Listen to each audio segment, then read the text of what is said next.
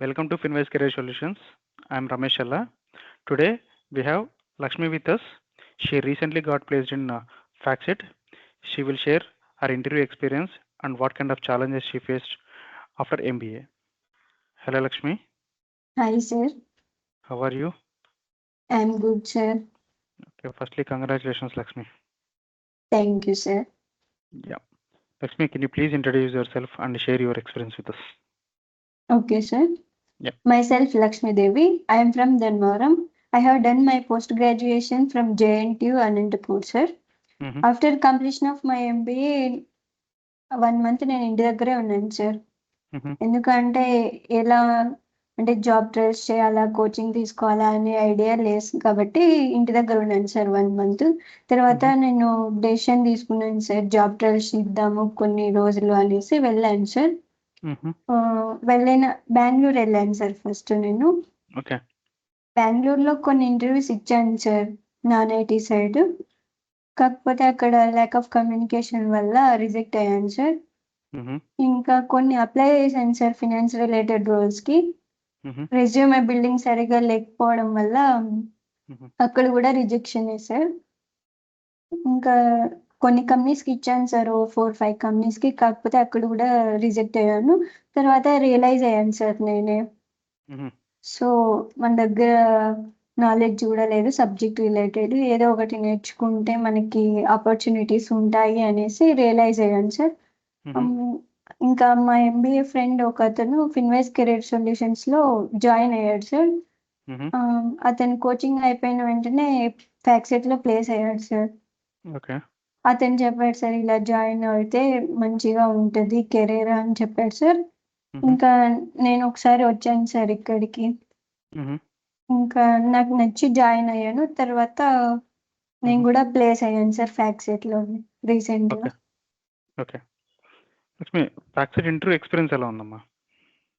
Sir నేను ఫ్యాక్సెట్ ఇంటర్వ్యూకి వెళ్ళాను సార్. మార్నింగ్ అసెస్మెంట్ ఉండింది. Mm-hmm. అసెస్మెంట్లో నార్మల్ ఇంగ్లీషు, ఫినాన్స్, అకౌంట్స్, ఇంకా ఫినాన్స్ కంప్రిహెన్షన్ అని సెక్షన్స్ ఉన్నాయి సార్. యాప్టిట్యూడ్ కూడా ఉండింది. Mm-hmm. ఇంకా నేను ఇక్కడ నేర్చుకున్నవే, కోచింగ్లో నేర్చుకున్నవే అక్కడ ఉన్నాయి సార్. కాబట్టి నేను ఈజీగా ఆన్సర్ చేయగలిగాను. ఇంకా at the same time assessment కూడా క్లియర్ అయిపోయింది సార్. మార్నింగ్ అసెస్మెంట్ అయిపోయింది, ఆఫ్టర్నూన్కి ఇంటర్వ్యూ షెడ్యూల్ చేశారు సార్. ఓకే. అసెస్మెంట్లో ఎంతమంది పార్టిసిపేట్ చేసింటారు మా రోజు? సార్ మా బ్యాచ్లో అయితే అరౌండ్ 35 మెంబర్స్ అసెస్మెంట్ ఇచ్చారు సార్. Mm-hmm. కాకపోతే అందులో టాప్ 7 మెంబర్స్నే తీసుకున్నారు సార్ నెక్స్ట్ రౌండ్కి. ఓకే. ఇంకా next round face to face ఉంది సార్. 3 మెంబర్స్ ప్యానల్స్ ఉన్నారు.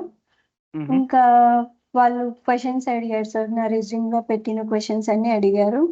లైక్ డెరివేటివ్స్, కార్పొరేట్ యాక్షన్స్లో stock split, capital budgeting, capital Okay. బడ్జెటింగ్లో ఎన్పివి, ఇంకా gap, Mm-hmm. Mutual funds, NAV, అలాంటి క్వశ్చన్స్ అన్ని అడిగారు సార్. నేను ఇక్కడ Okay. సబ్జెక్ట్ నేర్చుకున్నా కాబట్టి అక్కడ ఈజీగా ఆన్సర్ చేయగలిగాను సార్. ఓకే. ఇంకా సో మోస్ట్లీ వాళ్ళంతా సబ్జెక్ట్ మీద ఫోకస్ చేశారా? బోత్ కమ్యూనికేషన్ టెస్ట్ చేశారా? సార్ మెయిన్లీ సబ్జెక్ట్ మీద ఫోకస్ చేశారు.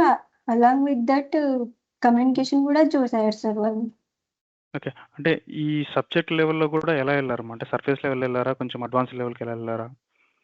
సార్ కొంచెం డెప్త్గానే అడిగారు సార్, లైక్ ఎగ్జాంపుల్స్ అలా. Mm-hmm.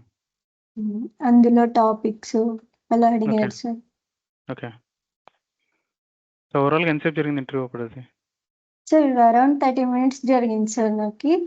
Mm-hmm.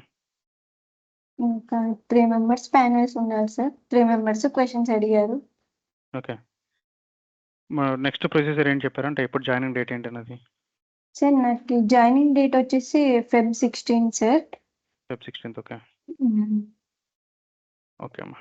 సో ఇంకోటి, మీ ఫ్రెండ్ ద్వారా ఫిన్వైజ్ తెలిసిందన్నావు కదా? అవును సార్. అంటే తను ఒక వర్షన్లో చెప్పింటాడు, ఇక్కడికి వచ్చిన తర్వాత సేమ్ అంటే నీ ఎక్స్పీరియన్స్ ఏంటి అసలు? ఫిన్వైజ్లో నీ ఎక్స్పీరియన్స్ ఏంటమ్మా? సార్ అతను చెప్పిన దానికి ఇక్కడ వేరే ఏం లేదు సార్. అతను చెప్పాడు సార్, ఇలా ఉంటుంది, మాక్ ఇంటర్వ్యూస్ కండక్ట్ చేస్తారు, సబ్జెక్ట్ డెప్త్గా చెప్తారు, రియల్ టైమ్ ఎగ్జాంపుల్స్ ఉంటాయి, అలా చెప్పాడు సార్. అలానే ఉంది సార్ ఇక్కడ. అంటే ఓకే. వీక్లీ మాక్ ఇంటర్వ్యూస్ కావచ్చు. హుహు. ఇంకా ఎక్స్ట్రా యాక్టివిటీస్ సార్. అంటే కమ్యూనికేషన్ బిల్డ్ చేసుకోవడానికి హుహు. ఆఫ్టర్నూన్ సెషన్స్ ఉంటాయి సార్. హుహు. దాని ద్వారా కమ్యూనికేషన్ కూడా ఇంప్రూవ్ అవుతుంది. ఓకే. తర్వాత ఇంకా సబ్జెక్ట్‌కి వస్తే మ్యామ్ క్లియర్‌గా ఎక్స్‌ప్లెయిన్ చేస్తారు సార్. ఓకే. ఇంకా మ్యామ్ ఒకరినే ఒకరి పాయింట్ ఆఫ్ వ్యూలోనే కాకుండా మొత్తం హోల్ క్లాస్ అందరికీ అర్థమయ్యేలాగా వాళ్ళు హుహు. అర్థమైతేనే నెక్స్ట్ క్లాస్‌కెళ్తారు సార్. అది ఒక హుహు. క్లాస్ అవ్వచ్చు, 2 క్లాసెస్ అవ్వచ్చు, 3 క్లాసెస్ అవ్వచ్చు. అందరూ హుహు. అండర్‌స్టాండ్ చేసుకున్నాకనే నెక్స్ట్‌కి వెళ్తారు sir, next టాపిక్‌కి. Okay.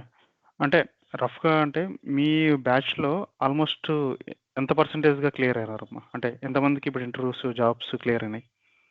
Sir almost 85% దాకా క్లియర్ అయ్యారు సార్. హుహు. ఇంకా ఉన్న వాళ్ళు కూడా ఇంటర్వ్యూస్ ఇస్తున్నారు సార్. వాళ్ళు కూడా హుహు. మేబీ క్లియర్ అయిపోవచ్చు సార్ ఈ week or next week. Okay. ఇప్పటి వరకు ఓన్లీ ఒక ఫ్యాకల్టీ ఇంటర్వ్యూకి అటెండ్ అయ్యావా? లేకుంటే కోర్స్‌లో జాయిన్ అయిన తర్వాత ఇంకా ఎలాంటి కంపెనీస్‌కి అటెండ్ అయ్యావమ్మా? సార్ డెలాయిట్‌కి అటెండ్ అయ్యాను సార్. అక్కడ హుహు. 3 రౌండ్స్ క్లియర్ అయ్యాయి ఏ సార్. రోల్ ఏంటమ్మా డెలాయిట్‌లో? Sir tax consultant sir.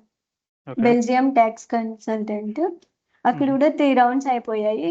ఇంకా హుహు. నెక్స్ట్‌కి అప్డేట్ రాలేదు సార్. హుహు. ఇంకా వెల్స్ ఫార్గోకి ఇచ్చాను సార్ ఇంటర్వ్యూ. హుహు. అక్కడ కూడా అప్డేట్ రాలేదు. హుహు. ఇంకా డైవాల్డ్ నెక్స్ట్ బార్డ్ అని ఇచ్చాను సార్ ఆ కంపెనీ కూడా. కానీ హుహు. అక్కడ రిజెక్ట్ అయ్యాను. హుహు. ఇంకా ఫైనల్‌గా ఫ్యాక్సెట్‌లో ప్లేస్ అయ్యాను సార్. ఐ థింక్ నువ్వు ఆటోడమస్ కూడా వెళ్ళినట్టున్నావు కదా? అవును సార్. ఓకే. అంటే ఇన్‌స్టిట్యూట్‌లో నీకు బాగా బెస్ట్‌గా అనిపించిన పాయింట్ ఏంటమ్మా? అంటే ఇంటర్వ్యూస్ పరంగానా? అంటే మాక్ ఇంటర్వ్యూసా? లేకుంటే ఆఫ్టర్‌నూన్ జరిగే యాక్టివిటీసా? ఏది బెస్ట్ అనిపించింది? ఏది నీకు ఇంటర్వ్యూకి హెల్ప్ అయింది ఎక్కువ? Sir resume building, mock interviews sir. మంచిగా ఓకే. హెల్ప్ అయ్యాయి సార్. రెజ్యూమ్ బిల్డింగ్ బాగా హెల్ప్ అయిందంటారు. అవును సార్. అంటే నేను కంపేర్ చేసుకున్నావా? ప్రీవియస్‌గా నీ రెజ్యూమ్ ఎలా ఉండేది? ఇప్పుడు ఎలా ఉంది? ఈవెన్ ఆ! కంపేర్ టు మనం అదర్ స్టూడెంట్స్‌తో కంపేర్ చేస్తే మన రెజ్యూమ్స్ ఎలా ఉంటాయనేది? అవును సార్. నా ఓల్డ్ రెజ్యూమ్ అసలు ఏం తెలీదు సార్ మాకప్పుడు. ఎలా అంటే అలా చేసేసుకున్నాం. హుహు. ఇప్పుడు మీరు మంచిగా బిల్డ్ చేశారు కదండీ సార్. దాని ద్వారా ఈజీగా పిక్ అవుతున్నాయి సార్ ఎంఎన్‌సీస్‌కి కావచ్చు, హుహు. అదర్ కంపెనీస్‌కి. ఓకే. ఓకే అమ్మా. సో, ఇప్పుడు నీ కెరీర్‌ని స్టార్ట్ చేయబోతున్నావు గదా! సిమిలర్‌గా అవును సార్. నీలాగే మీ ఫ్రెండ్స్ కొంతమంది మిస్టేక్ చేస్తుంటారు. మేబీ మనం ఒకసారి డిస్కషన్‌లో చేసినప్పుడు ఒకసారి నువ్వు కూడా ఏం చెప్పావంటే, ఏదో జావా ఫుల్ స్టాక్ నేర్చుకోవాలని ఒక థాట్స్‌లో ఉన్నది ఇనిషియల్‌గా అని విన్నా. అవును సార్. ఇప్పుడు చాలామంది ఐటీ సైడ్ కూడా ఎళ్ళాలని ఒక థాట్స్‌లో ఉన్నారు. వాళ్ళకి అవును గాని, సార్. మీ జూనియర్స్ కానీ నువ్వు ఏం సజెస్ట్ చేయగలుగుతావు? అవును సార్. నేను కూడా ఒకప్పుడు జావా ఫుల్ స్టాక్ అంటే కొంచెం మార్కెట్‌లో వాల్యూ ఉండడం వల్ల మా బ్రదర్స్ రెఫర్ చేయడం వల్ల నేను కూడా తీసుకోవాలనుకున్నాను సార్. హుహు. కాకపోతే నేను చేసింది ఎంబీఏ గదా! అది అన్‌రిలేటెడ్ గదండీ సార్ ఎంబీఏకి. ఐటీ సైడ్ వెళ్ళే వాళ్ళకి జావా. హ్మ్. సో, హుహు. నాకు అన్‌రిలేటెడ్ అనేసి నేను ఇంకా అక్కడికి గివ్ అప్ ఇచ్చేసాను సార్ వెళ్ళకూడదు అనేసి. హుహు. వెళ్తే ఫినాన్స్ రిలేటెడ్ వెళ్తే మనకి కెరీర్ బావుంటుంది అనేసి ఇంకా ఇన్వెస్ట్‌మెంట్ బ్యాంకింగ్ ఆపరేషన్స్ తీసుకున్నాను సార్. హుహు. ఇంకా మా ఫ్రెండ్స్‌కి, జూనియర్స్‌కి ఏమంటే సార్ క ఐటీ సైడ్ ఉన్నాయి సార్ ఆపర్చునిటీస్. కాకపోతే కరెక్ట్.